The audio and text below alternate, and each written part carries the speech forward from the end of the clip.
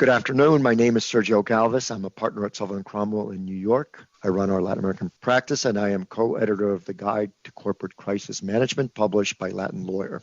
I'm delighted to be here once again with Jack Devine, the founding partner and president of the Arkin Group.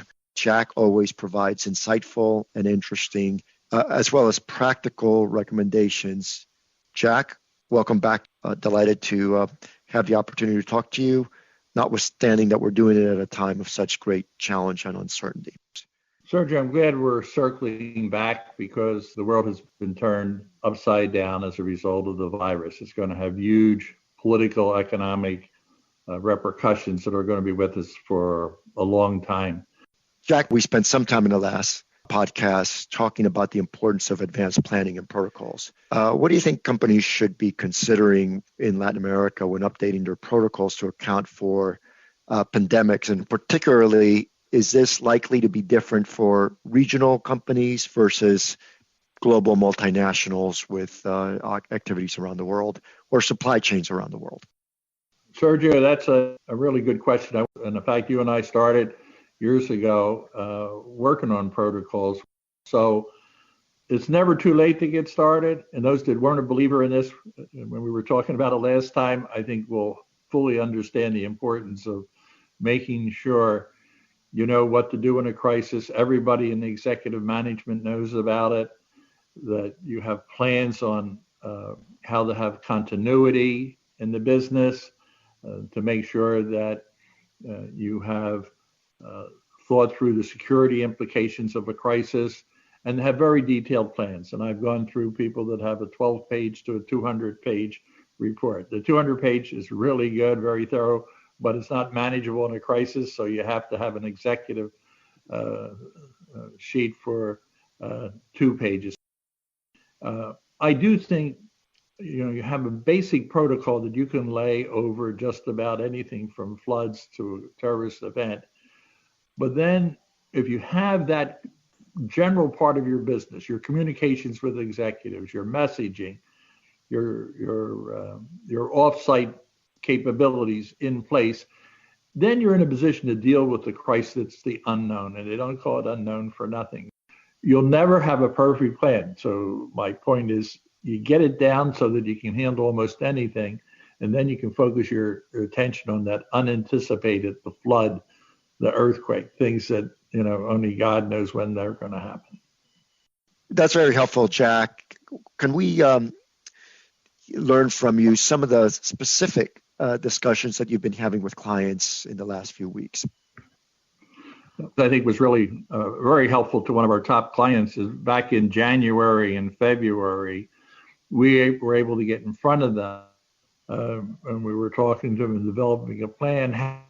How would they maneuver in a crisis? So we talked about that information that would agility and being able to deal with different problems relating to their. So in January of this year, when it was becoming quite clear that we were going to, we were able to have our clients with the work that had been done beforehand and continuing to tell them what supply chain.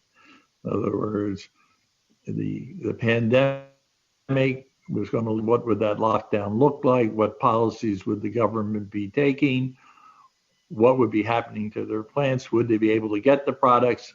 Very detailed questions that were tailored to their specific, a blue sky view of everything that was happening.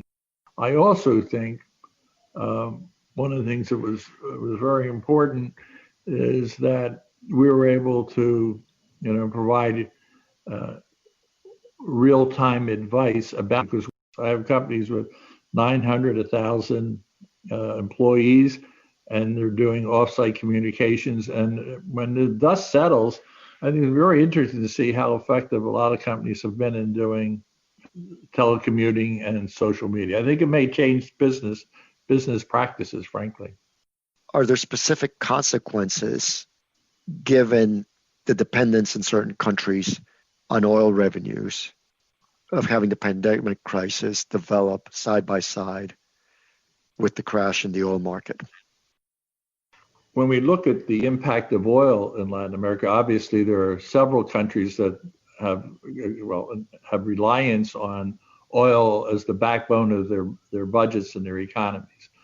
And when we reached, for the first time in history, a negative price on oil, I mean, it's astounding. But I think for planning purposes, this needs to be taken seriously.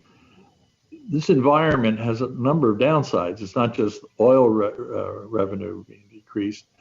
Tourism is being impacted, travel, airlines, investment in Latin America, which you and I were both optimistic about.